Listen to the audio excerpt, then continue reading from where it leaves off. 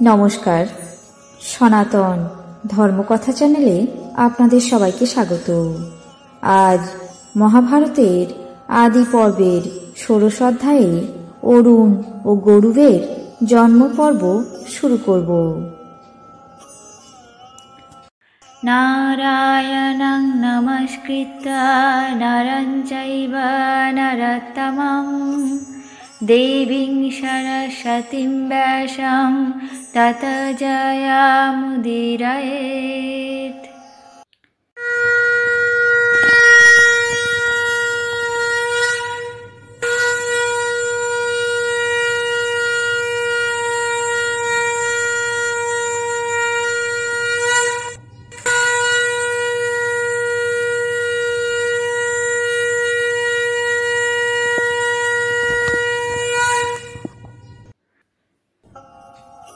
ঋষি উগ্রশ্রবার কথা শুনে ঋষি শৌনক বললেন, হে সুতনন্দন, তুমি যা কীর্তন করলে পুনরায় তাই সবিস্তারে বর্ণনা করো।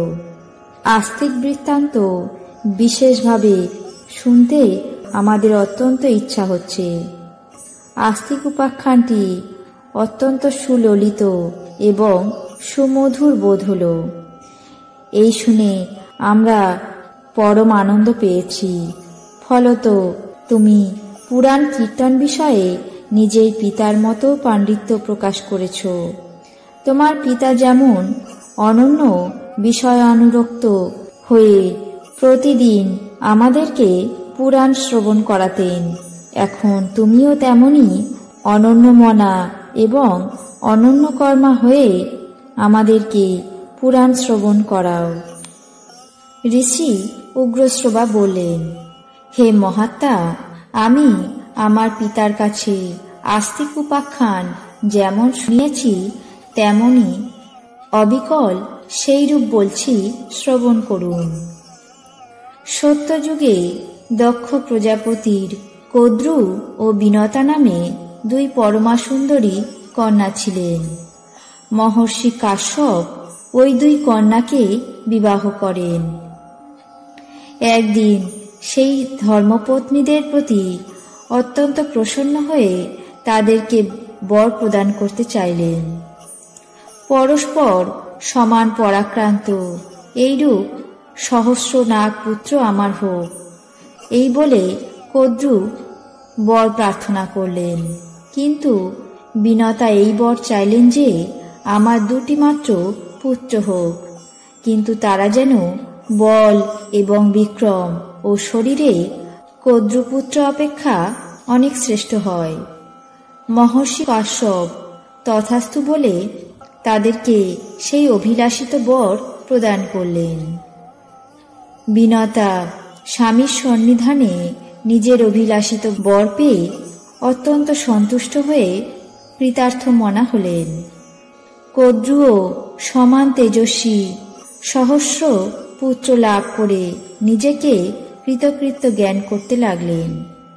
মহাতপা কাশ্যপ পত্নীদেরকে নিজেদের প্রযত্নে গর্ভধারণ করো এই আদেশ দিয়ে বনে প্রবেশ করলেন।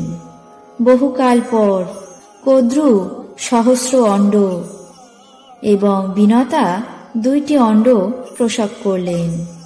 পরিচারিকাগণ সেই সকল অণ্ড উপসেদযুক্ত অর্থাৎ তাপ সংযুক্ত ভাণ্ডের মধ্যে ৫০০ বছর রেখে দিলেন। তারপরে কদ্রুর প্রসূত সহস্র অণ্ড থেকে একটি পুত্রের জন্ম হল, কিন্তু বিনতার অণ্ড দুটি তেমনই রইল।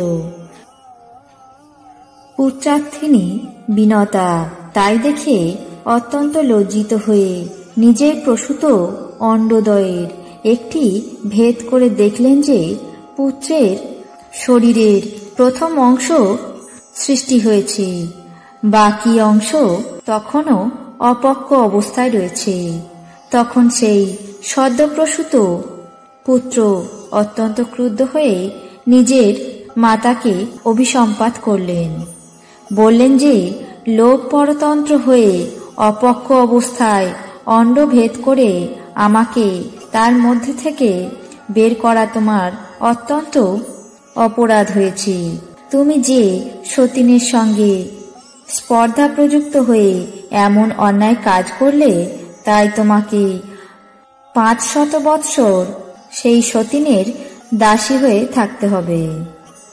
সেই পুত্র আরো বলল, অপর যে অণ্ড রয়েছে তার মধ্যে যে পুত্র আছে, যদি তুমি অকালে সেই অণ্ড ভেদ না করো এবং তাকেও আমার মতো বিকলাঙ্গ না করো, তবে সেই তোমাকে দাসিত্ব থেকে মোচন করবে। যদি তুমি নিজের পুত্রকে বিশিষ্ট রূপে বলবান এবং বিক্রমশালী করতে চাও, তবে ধৈর্য ধারণ করে এর জন্মকাল পর্যন্ত প্রতীক্ষা করো। এর জন্মের আরো 500 বৎসর বিলম্ব আছে।